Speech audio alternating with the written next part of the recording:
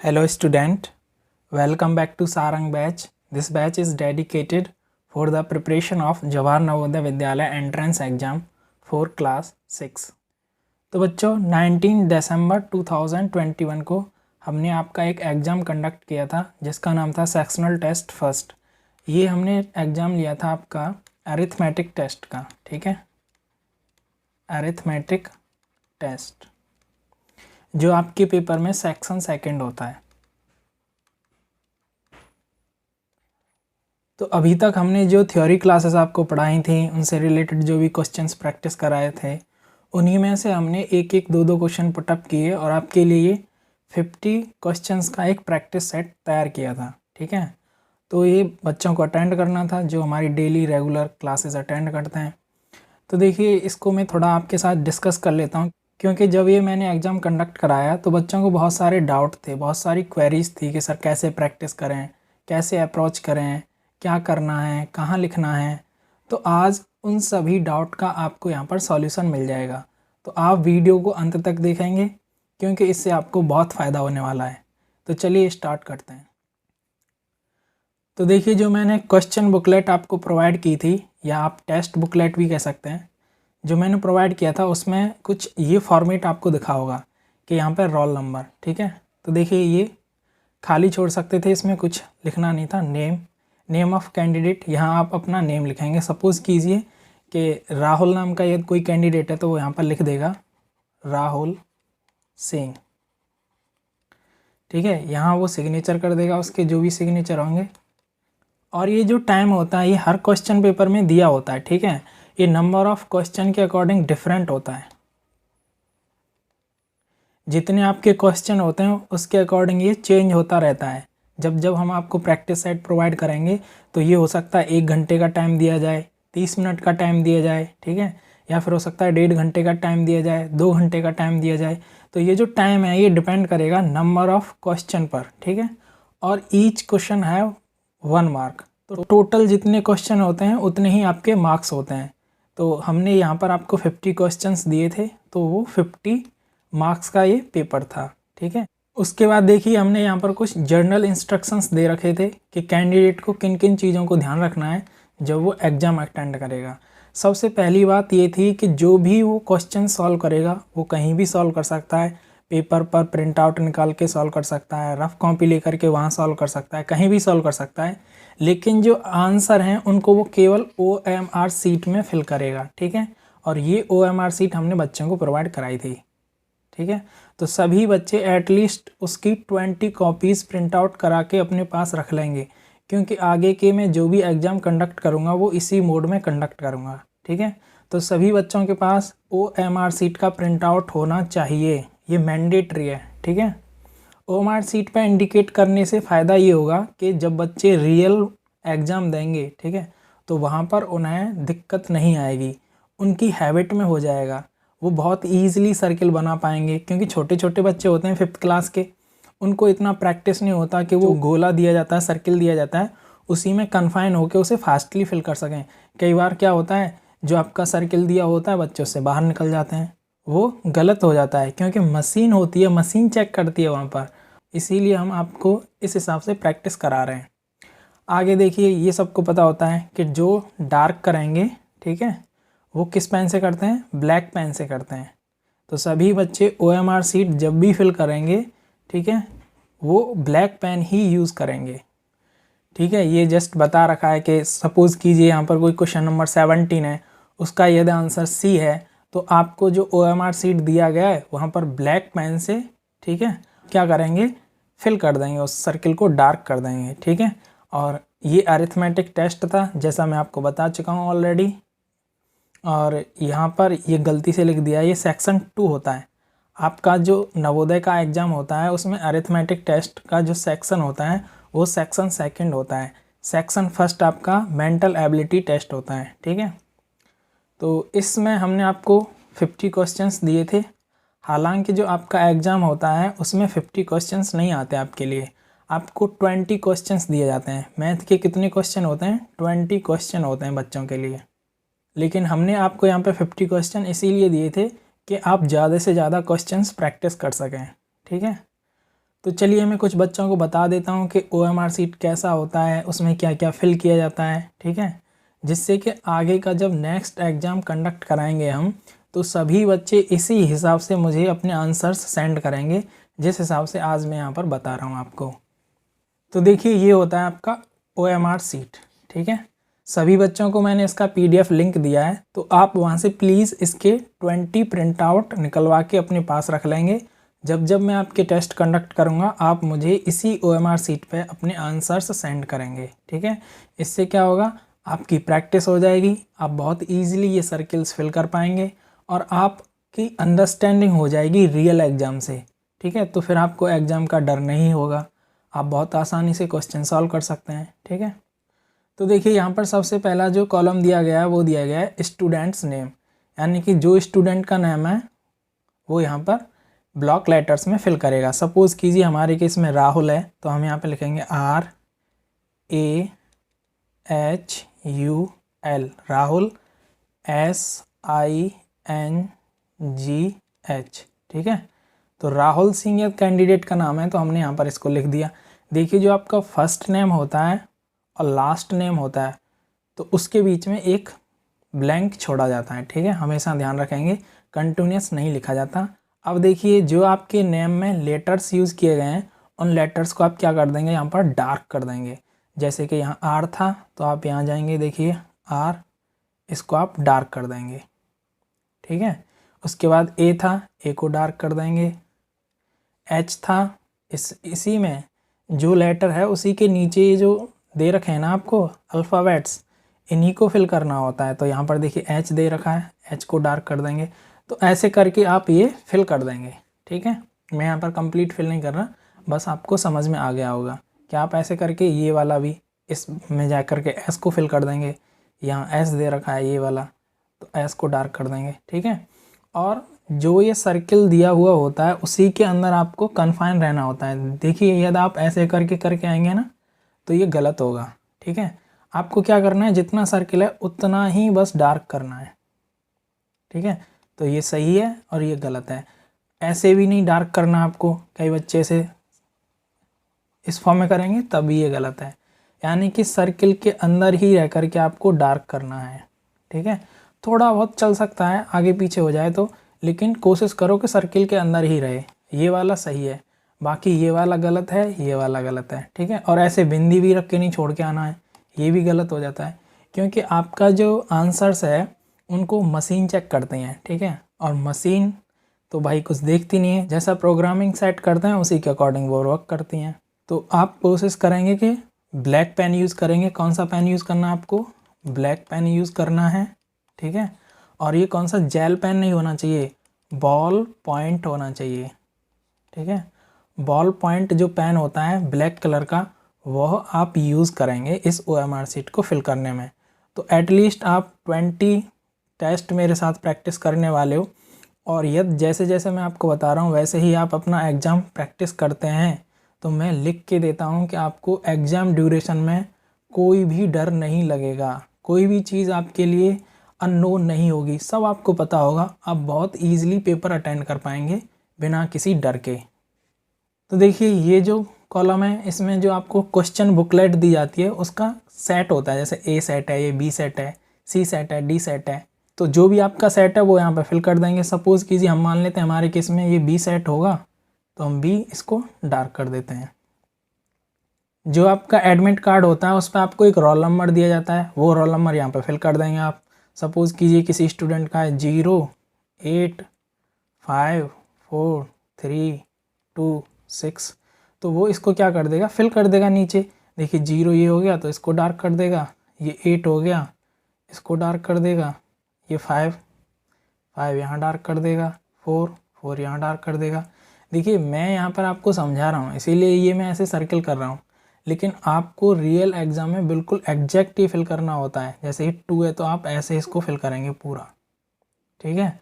कोशिश करेंगे सर्किल के अंदर ही आपकी चीज़ें रहें, बाहर ना निकले। ये इंक जो है, ये पेन का इंक इस सर्किल से बाहर नहीं जाना चाहिए ज़्यादा, थोड़ा बहुत तो चल जाता है लेकिन ज़्यादा नहीं जाना चाहिए, ठीक है। तो ऐसे करके यहाँ आप अपना रोल नंबर फिल कर देते हैं। सब्जेक्ट कोड आपके एडमिट कार्ड पर लिखा हुआ होता है वो फिल कर देंगे, ठीक है। ये जो मोबाइल नंबर वाला कॉलम है ये नहीं होता, ठीक है। जो आपका रियल एग्ज़ाम होता है नवोदय का, उसमें ये मोबाइल नंबर वाला कॉलम नहीं होता।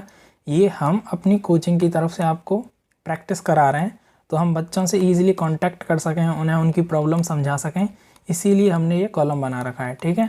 लेकिन ये रियल एग्ज़ाम में नहीं होता। यहाँ पर टेस्ट आईडी भी, ये भी रियल एग्ज़ाम में नहीं होता, ठीक है। ये जो name, set, roll number, subject, ये सब आपके एग्ज़ाम में दिया रहता है, तो ये आपको फिल करना आ गया होगा होप।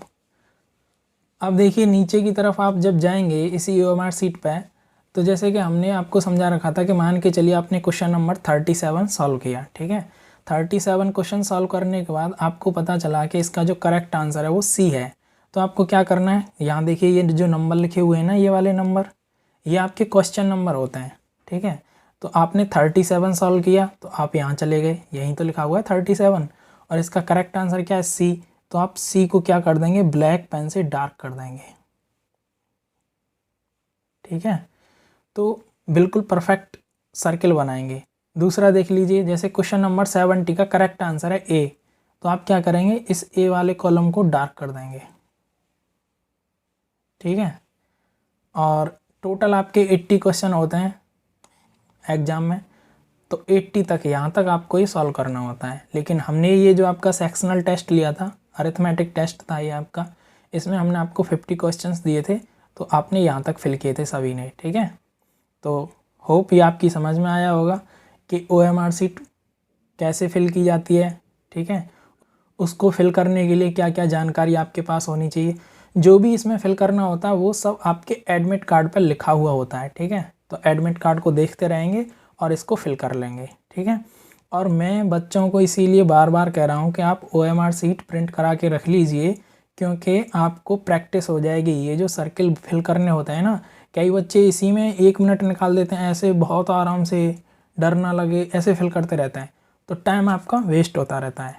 तो आपको क्या करना है, प्रिंट निकाल के रख लेना है। जब जब मैं आपका एग्ज़ाम कंडक्ट करूँगा, आप इसी फॉर्मेट में मुझे आंसर्स सेंड करेंगे, तो आपकी प्रैक्टिस हो जाएगी और आप सेकंड से भी कम टाइम में इसको फिल कर देंगे। जैसे क्वेश्चन नंबर 13 का करेक्ट आंसर है B, तो आप सिंपली ऐसे करके देखो हो गया, इतना कम टाइम लगेगा। और भी आप ज़्यादा से ज़्यादा प्रैक्टिस करोगे तो ये मिस्टेक होने से यहाँ पे बच जाएंगी, और आपका OMR सीट अच्छे से मशीन चेक कर पाएगी। जो आपने फिल किया है मशीन वही डिटेक्ट करेगी, ठीक है। और एक और चीज़ बता देता हूँ, कई बार क्या होता है, बच्चों ने मान के चलिए क्वेश्चन नंबर 3 सॉल्व किया और उसने देखा कि इसका आंसर D है, तो वो इसका आंसर D कर देगा, फिल कर दिया। अब उसने मान के चलो दोबारा सॉल्व किया इसको, वो बोला अरे यार ये तो गलत हो गया, इसका आंसर A होना चाहिए था। बच्चे क्या करते हैं, इसको ऐसे क्रॉस कर देते हैं और A वाले पर टिक कर देते हैं ऐसे कि भाई इसका आंसर D नहीं है, A है। तो यदि आप ऐसे करके आ रहे हैं किसी क्वेश्चन में, तो वो गलत होता है, ठीक है, वो गलत होता है। केवल एक क्वेश्चन के सामने एक ही बॉक्स को आपको डार्क करना है, ठीक है। अगर कोई बाय द वे तुमसे क्वेश्चन में गलत फिल भी हो जाता है, तो आप उसको कट नहीं करेंगे, ठीक है। जैसे ही हमने क्वेश्चन 3 में किया है कि पहले D कर दिया, फिर उसको कट कर दिया, और फिर इसका करेक्ट आंसर A था तो हमने A फिल कर दिया। यदि आप ऐसा करते हैं तो वो क्वेश्चन गलत ही माना जाता है, ठीक है। तो हो सकता है तो इन सब चीज़ों से आप बचें और ज़्यादा से ज़्यादा प्रैक्टिस करें, आपका अच्छा रिजल्ट आएगा। और एक और चीज़ बता देता हूँ, ऐसे भी नहीं करके आना है, जैसे कि ये वाला है यहाँ फिल कर दिया, ठीक है, और फिर आपने देखा कि चेक है भाई ये C, तो यहाँ फिल कर दिया। 2 कॉलम भी फिल करके आएंगे, 3 कॉलम फिल करके आएंगे, ये सब गलत होते हैं। एक क्वेश्चन के लिए केवल एक ही रेस्पॉन्स डार्क करना है। सोच लीजिए, समझ लीजिए, आपके अकॉर्डिंग जो बेस्ट आंसर होगा वो आप यहाँ पर फिल कर देंगे, ठीक है। एक ही सर्कल डार्क करना है, ठीक है। तो चलिए, जो हमने आपके लिए एग्ज़ाम दिया था, जो क्वेश्चन बुकलेट थी उसमें जो क्वेश्चंस थे उनको सॉल्व कर लेते हैं। यदि किसी बच्चे की समझ में नहीं आए तो वह इस सॉल्यूशन वाली वीडियो को देख करके उनको प्रैक्टिस करेगा। जहाँ जहाँ उसको कोई इम्पोर्टेंट चीज़ लग रही है वह उसको अपने नोट्स में इंक्लूड करेगा, ठीक है। पढ़ने का यही तरीका है जो मैं आपको बता रहा हूँ।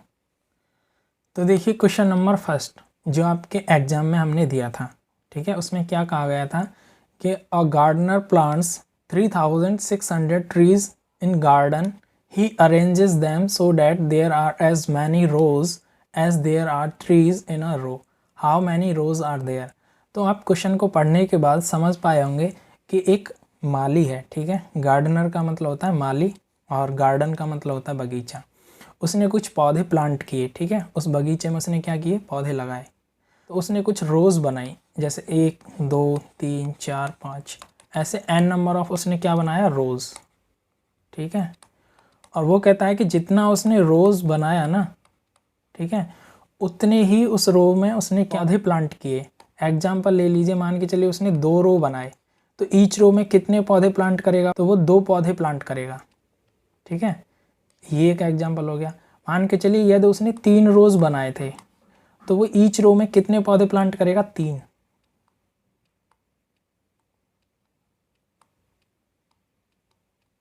ठीक है। ये एग्जाम्पल है। तो यदि हम मान लेते हैं कि n नंबर ऑफ रोज़ हैं, ठीक है, तो ईच रो में वो कितने प्लांट कर रहा है, n नंबर ऑफ ट्रीज़। तो टोटल नंबर ऑफ ट्रीज़ क्या हो गए, n मल्टीप्लाई n ही तो कर दोगे भाई।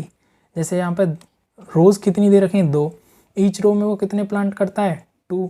तो यदि 2 का आप 2 के साथ मल्टीप्लाई करोगे तो कितना हो गया, 4। तो यहाँ पर देखिए ये 4 ही तो हो रहा है। इस केस को देख लीजिए, यहाँ पर n की वैल्यू क्या है, 3, कि उसने 3 रो बनाए और ईच रो में कितने प्लांट करता है वो, 3। तो यदि हम 3 का 3 के साथ मल्टीप्लाई करते हैं तो आपको आंसर कितना मिलेगा, 9। तो 9 ही तो यहाँ पर उसने पौधे प्लांट किए हैं, first second third fourth fifth 6 7 8 9, ठीक है। तो ये था समझने का इस क्वेश्चन का तरीका। अब हम इसको सॉल्व कर लेते हैं। तो हम मान लेते हैं कि उसने n रोज़ बनाई होंगी, ठीक है, क्योंकि उसने नंबर ऑफ़ रोज़ क्या है, उसकी नंबर ऑफ़ रोज़ n है। तो ईच रोज़ में उसने कितने पौधे प्लांट किए, n। और यदि n का आप n के साथ मल्टीप्लाई करेंगे तो आपको क्या मिलेगा, यहाँ पर total number of plants. Total number of plants ही तो मिल जाएगा, जैसे मैंने आपको अभी एग्जांपल में समझाया था, ठीक है। तो आप सिंपली इस इक्वेशन में वैल्यू पुट कर दीजिए, ठीक है। तो आप n मल्टीप्लाई n करेंगे तो ये n² हो जाएगा, ठीक है, इक्वल टू कितने पौधे प्लांट किए उसने, ये क्वेश्चन में दे रखा है 3600, ठीक है। इसका दोनों तरफ आप क्या ले लेंगे, स्क्वायर रूट, ठीक है। और ये स्क्वायर से स्क्वायर रूट कैंसिल हो जाएगा, तो n का वैल्यू क्या हो जाएगा, स्क्वायर रूट ऑफ 3600। और स्क्वायर रूट करना और स्क्वायर रूट सॉल्व करना मैं आपको सिखा चुका हूँ। आप क्या करेंगे, सिंपली यहाँ पर लिख देंगे, सेट बना लेंगे और इसको सॉल्व कर लेंगे। तो आप देखेंगे 6 के साथ ये सॉल्व हो जाता है 36, और ये 2 ज़ीरोज़ की जगह यहाँ पर सिंपल एक 0 पुट कर दीजिए, ठीक है। तो 60 मल्टीप्लाई 60 करेंगे तो आपको कितना मिलेगा, 36, 2 ज़ीरोज़, ठीक है। तो चेक भी कर लिया। तो इसका जो करेक्ट आंसर हो जाएगा वो ऑप्शन 4 हो जाएगा, ठीक है। चलिए नेक्स्ट क्वेश्चन देखते हैं। नेक्स्ट क्वेश्चन था आपका, by what least number 720 be multiplied so that the resulting number is a perfect square, ठीक है। तो परफेक्ट स्क्वायर नंबर जो ये टॉपिक है वहाँ से हमने ये क्वेश्चन बनाया था आपके लिए। तो इसमें कुछ नहीं करना था। इस क्वेश्चन में पूछा गया कि वह छोटे से छोटा नंबर बताइए जिसको यदि हम 720 के साथ मल्टीप्लाई कर दें तो यहाँ जो रिजल्ट में नंबर मिलेगा वो क्या होगा, एक परफेक्ट स्क्वायर नंबर होगा, ठीक है। ये था आपका क्वेश्चन।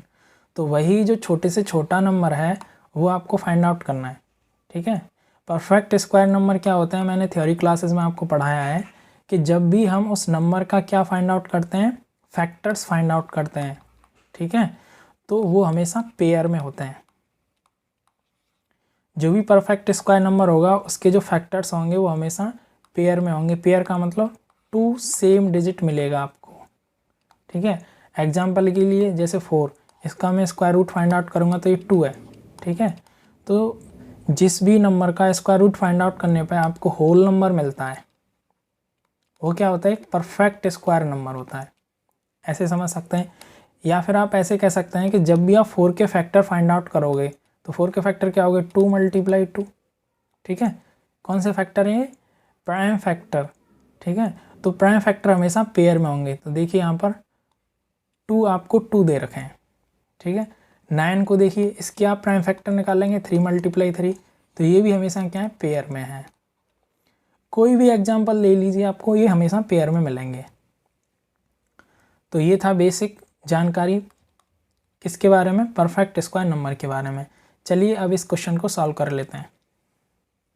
तो देखिए कैसे सॉल्व करेंगे इसको। आप सिंपली 720 के क्या निकालेंगे, प्राइम फैक्टर्स निकालेंगे।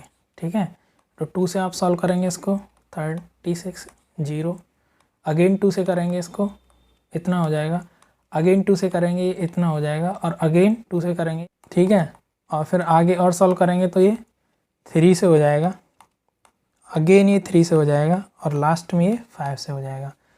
ये प्राइम फैक्टराइजेशन मेथड मैं आपको थ्योरी क्लासेस में पढ़ा चुका हूँ। यदि किसी बच्चे की यहाँ पर समझ में नहीं आ रहा है तो प्लीज़ प्लेलिस्ट में जाके वो करस्पॉन्डिंग जो आपका लेक्चर है वो उसको वहाँ से देख लेगा।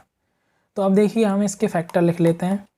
720 इक्वल टू, तो देखिए कितना दे रखा है, ये एक पेयर है, यहाँ पर भी ये पेयर है, यहाँ पर भी ये पेयर है। ठीक है, तो आप कहेंगे 2 × 2 × 2 × 2 × 3 × 3 × 5।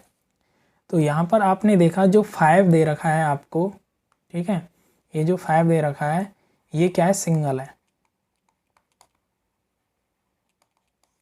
तो जो सिंगल होता है उसी के साथ हमको इसका पेयर बनाना होता है। यानी 720 में मैं 5 का मल्टीप्लाई कर दूंगा तो मुझे यहाँ जो रिजल्ट में मिलेगा वो क्या होगा, एक परफेक्ट स्क्वायर नंबर होगा। ठीक है, क्यों होगा ये परफेक्ट स्क्वायर नंबर, क्योंकि इसके जब भी आप प्राइम फैक्टर निकालेंगे वो क्या होंगे, पेयर में होंगे। ठीक है, तो आप हमेशा ध्यान रखेंगे इस प्रकार का जहाँ भी आपको क्वेश्चन पूछा जाएगा आप सिंपली उसके प्राइम फैक्टर फाइंड आउट करेंगे और जो भी डिजिट सिंगल होगा उसी के साथ उसको मल्टीप्लाई कर देंगे तो वो डिजिट क्या हो जाएगा, डबल हो जाएगा, पेयर बन जाएगा उसका। यानी कि जैसे ही मैं 720 के साथ मल्टीप्लाई करता हूँ 5 का तो ये यहाँ पर क्या हो जाता है, पेयर हो जाता है ना, कंप्लीट। तो आप कहेंगे कि इसका जो करेक्ट आंसर होगा वो 3rd होगा। ठीक है, नेक्स्ट क्वेश्चन था आपका, अ school collected this much rupees as a fee from its student if each student paid as many paisa as there were students in the school, how many students were there in the school। तो देखिए जो ये garden और gardener वाला question कराया था ना उसी से रिलेटेड ये क्वेश्चन है, सेम कॉन्सेप्ट यहाँ पे अप्लाई होना है। ठीक है, तो मैं इसको डायरेक्ट सॉल्व करता हूँ। यहाँ पर देखिए हम मान लेते हैं कि जो नंबर ऑफ स्टूडेंट्स हैं वो आपके कितने, n स्टूडेंट हैं, ये हमने मान लिया। तो जितने स्टूडेंट हैं आपके उतने ही वो क्या करते हैं, पे करते हैं। क्या पे करते हैं, वो पैसा पे करते हैं। ठीक है, तो क्योंकि n नंबर ऑफ स्टूडेंट हमने अज्यूम किया है तो वो कितने पैसे पे करेंगे, n। तो n का n के साथ यदि मल्टीप्लाई करते हैं तो हमें कितना मिल जाएगा, यहाँ पर टोटल मनी मिल जाएगा ना, जो भी उन्होंने डिपॉजिट किया है। और टोटल मनी यहाँ पर क्या है, वही तो पैसा है, टोटल मनी जो कॉलेज ने कलेक्ट किया है एज अ फ़ी। ठीक है, फ़ी के रूप में कॉलेज ने कितना पैसा कलेक्ट किया है यहाँ पर आपको दे रखा है। ठीक है, तो आप इसका इक्वेशन बना लेंगे, आप कहेंगे n × n इक्वल टू 2304। आप ध्यान रखेंगे यहाँ पर एक चीज़ कि देखिए ये जो n है ना ये क्या है, पैसा है, और यहाँ पर जो ये अमाउंट दे रखा है ये रुपीज़ में दे रखा है। तो आप इसको क्या करेंगे, पैसे में कन्वर्ट कर देंगे। तो आप मल्टीप्लाई क्या कर देंगे, 100, क्योंकि 1 रुपीज़ में आपके कितने पैसे होते हैं, 100 पैसे होते हैं। ठीक है, तो यहाँ पर इक्वेशन मिल जाएगा आपको n² इक्वल टू 230400। ये जो आपका एक्सप्रेशन है ये आपका फाइनल एक्सप्रेशन है। अब स्क्वायर रूट लेना मैं आपको सिखा चुका हूँ, आप सिंपली इसका स्क्वायर रूट ले लेंगे। तो देखिए अब आप इसका स्क्वायर रूट कैसे लेंगे, आप यहाँ इस नंबर को लिख लीजिए जो नंबर दे रखा है आपको। ठीक है, और मैंने बताया था जो आपका राइट हैंड साइड होता है उस डायरेक्शन से इसके क्या बना लेते हैं, पेयर, 2 के पेयर बना लेंगे हमने यहाँ पर। ठीक है, और उसके बाद इसको डिवीज़न मेथड से सॉल्व कर लेना है। तो आप देखेंगे ये 4 से हो जाएगा, 4 × 4 करेंगे तो 16, इसको सब्ट्रैक्ट करेंगे, यहाँ पर 7 रिमाइंडर में बचेगा। ठीक है, यहाँ पर +4 जो क्वोशेंट में होता है उसी को यहाँ पर ऐड करके यहाँ लिख देते हैं, 8 हो गया। ये पूरा पेयर यहाँ पर नीचे लिख देंगे। ठीक है, और अब आपको क्या करना है, इसके साथ मल्टीप्लाई करना है। तो आप देखिए ये जो यूनिट डिजिट पे 4 दे रखा है तो 4 कहाँ कहाँ मिल सकता है आपको, आप कहेंगे 2 × 2 करें तब 4 मिल सकता है, या फिर 8 × 8 करें तब आपको क्या मिल सकता है, 4 मिल सकता है। ठीक है। तो हम क्या करेंगे, देखो 2 के साथ हम रखते हैं तो ये बहुत छोटा हो जाता है, तो हम क्या करेंगे 8 कर लेंगे। तो यहाँ मैं क्या रखूँगा 8 रख दूँगा और इस 88 को मैं 8 के साथ मल्टीप्लाई करूँगा, तो क्वोशंट मेरा 8 हो जाएगा। इसमें 8 का मल्टीप्लाई करूँगा तो 8 का मल्टीप्लाई 8 टाइम्स करेंगे 64, कैरी 6, और 8 का फिर आप 8 में करेंगे तो 64, और कैरी के 6 ऐड करेंगे तो कितना हो जाएगा 70। ठीक है, यहाँ बचा कुछ नहीं। और ये 2 ज़ीरोज़ को मैं बता चुका हूँ, आपको आगे सॉल्व करने की ज़रूरत नहीं होती। 2 ज़ीरोज़ में से सिंपल 1 ज़ीरो यहाँ पर लगा दीजिए। ठीक है, तो 480 क्या हो जाएगा आपका, यहाँ पर क्या हो जाएगा, नंबर ऑफ़ स्टूडेंट हो जाएगा जो स्कूल में प्रेजेंट हैं। यही तो पूछा था उसने, हाउ मैनी स्टूडेंट्स। तो आपका इसका जो करेक्ट आंसर होगा वो होगा ऑप्शन 3।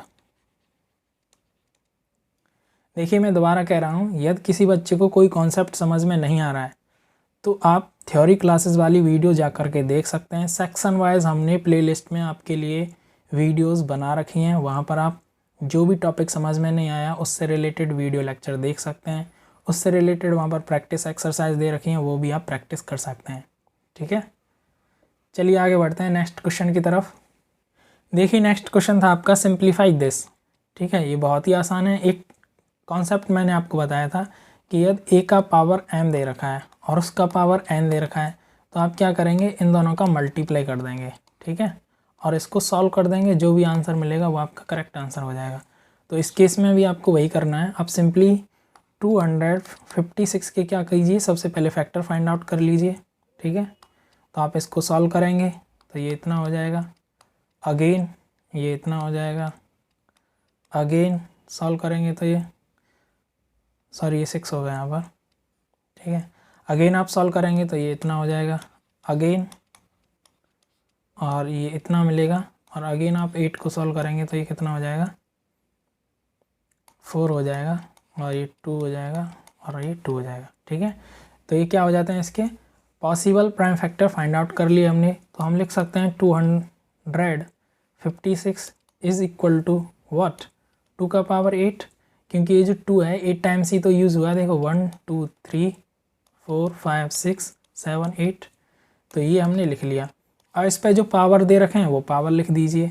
ठीक है, तो 256 पर आपको पावर दे रखा था 3/4। ठीक है, क्योंकि 256 बराबर है किसके, 2 की पावर 8, तो इस पर भी हम वही पावर लगा देंगे 3/4।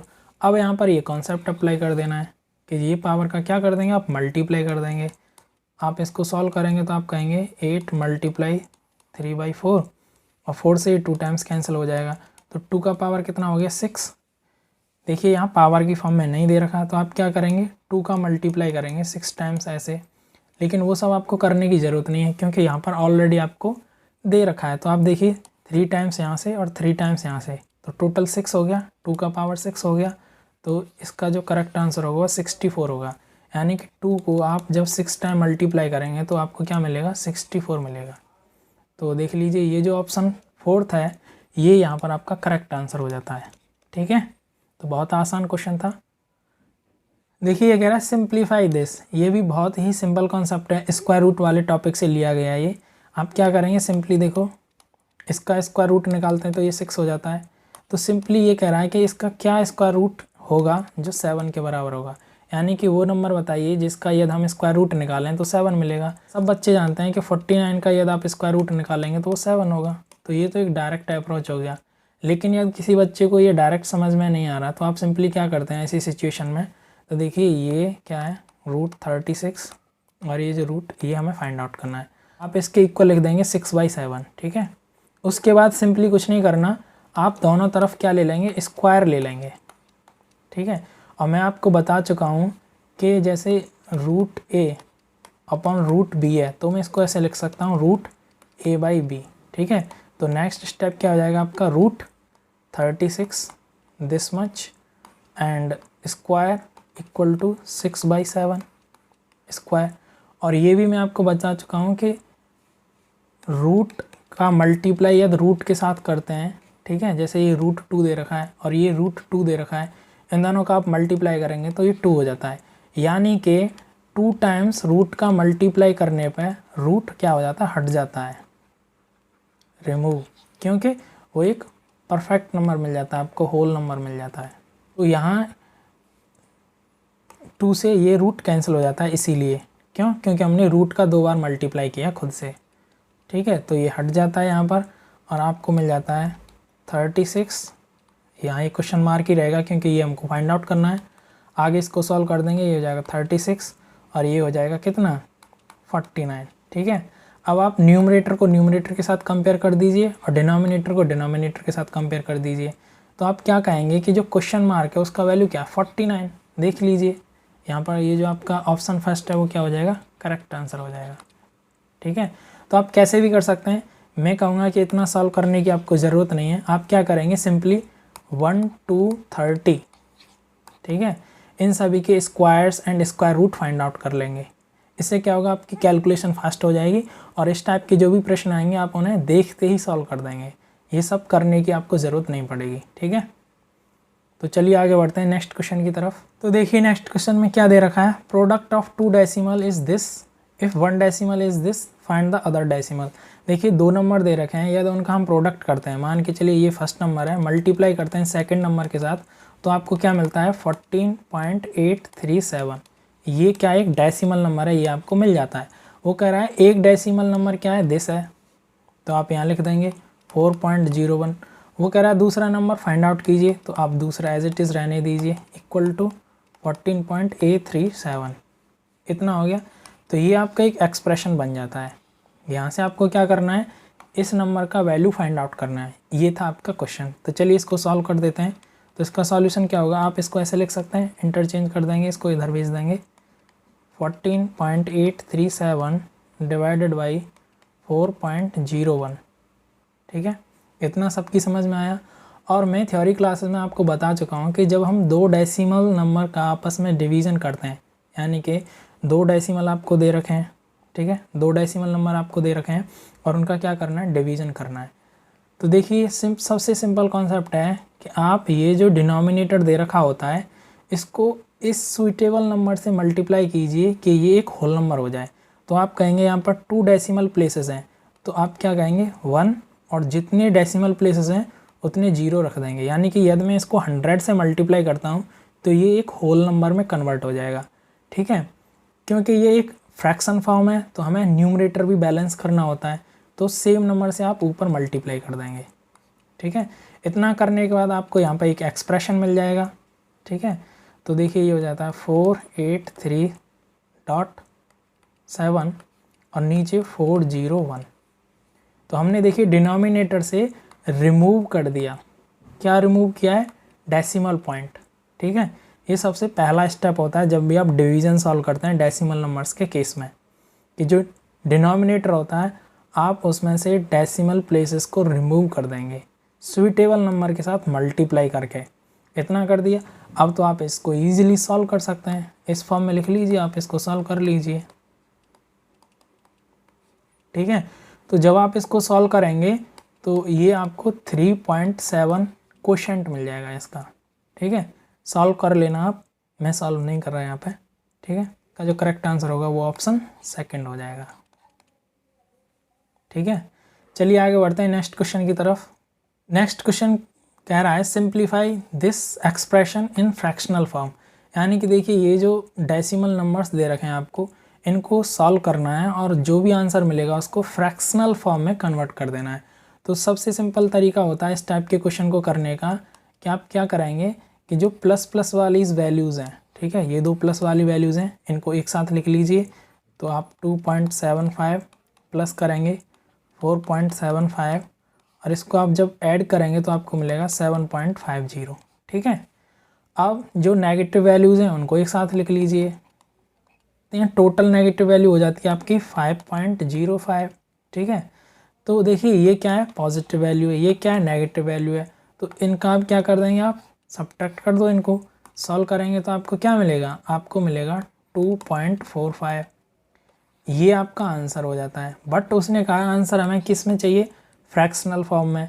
तो डेसिमल नंबर से फ्रैक्शनल फॉर्म में कैसे कन्वर्ट करते हैं ये मैं आपको पढ़ा चुका हूँ। तो आप सिंपली क्या करेंगे, यहाँ देखिए इसको ऐसे लिख लीजिए, एक यहाँ पर बार खींच लेंगे, ये डेसिमल पॉइंट रिमूव करेंगे, इसके नीचे 1 रख देंगे और फिर जितना यहाँ पर डेसिमल प्लेसेस दे रखा है उतने ही आप जीरोज़ लगा देंगे। 2 डेसिमल प्लेसेस तो 2 0 यहाँ पे पुट कर देंगे। इसको फिर आप सिंप्लीफाई कर देंगे। आप सिंप्लीफाई करेंगे तो देखिए ये क्या हो जाएगा, 5 से इसको सॉल्व करेंगे तो ये हो जाएगा आपका 4 9 49, ये हो जाएगा 20। ठीक है, अगेन आप 49/20 को क्या कर सकते हैं, सॉल्व कर सकते हैं। किस फॉर्म में, मिक्स्ड फ्रैक्शन फॉर्म में। ठीक है, तो आप कहेंगे ये 2 टाइम्स हो जाएगा, ये 9 हो जाएगा यहाँ पर और ये 20 हो जाएगा। तो फ्रैक्शनल फॉर्म से कैसे मिक्स्ड फ्रैक्शन में कन्वर्ट करते हैं ये भी मैं आपको बता चुका हूँ। तो यही आपका क्या हो जाता है, यहाँ पर करेक्ट आंसर हो जाता है। ऑप्शन चेक कर लेंगे, क्या ऐसा कोई ऑप्शन दे रखा है? तो देखिए जो ऑप्शन फर्स्ट है वो क्या हो जाता है, यहाँ पर आपका करेक्ट आंसर हो जाता है। ठीक है, तो बहुत आसान था ये भी क्वेश्चन। चलिए आगे बढ़ते हैं नेक्स्ट क्वेश्चन की तरफ। देखिए नेक्स्ट क्वेश्चन था आपका कि ये एक्सप्रेशन आपको दे रखा है और ये आपको फाइंड आउट करना है। तो सिंपली आप कुछ नहीं करेंगे, जस्ट ऑब्जर्वेशन स्किल्स होना चाहिए आपके पास। आपने देखा कि 4.75 मल्टीप्लाई 0.7 इज इक्वल टू 3.325 और फिर ये कह रहा है कि नेक्स्ट इसका वैल्यू बताइए। तो आप इसको भी यहाँ लिख दीजिए, 47 मल्टीप्लाई 0.7 इक्वल टू ब्लैंक। ये जो ब्लैंक है यही आपको फाइंड आउट करना है। तो आप ये ध्यान से देखते हैं तो आप कहते हैं कि ये जो नंबर है और ये जो नंबर है इसमें सेम डिजिट यूज़ किया है, बट ये एक डेसिमल नंबर है, ये एक होल नंबर है। तो यहाँ से यहाँ आने के लिए क्या किया होगा, इसने मल्टीप्लाई 100 किया होगा ना। ये जो डेसिमल नंबर से रिलेटेड मैंने थ्योरी क्लासेस में आपको बताया था कॉन्सेप्ट, वो यहाँ पर आप यूज़ कर लेंगे। तो आप कहेंगे कि बाकी सारा कुछ सेम है और इसने 100 से मल्टीप्लाई किया है, तो आप क्या करेंगे कि इस होल एक्सप्रेशन को 100 से मल्टीप्लाई करेंगे।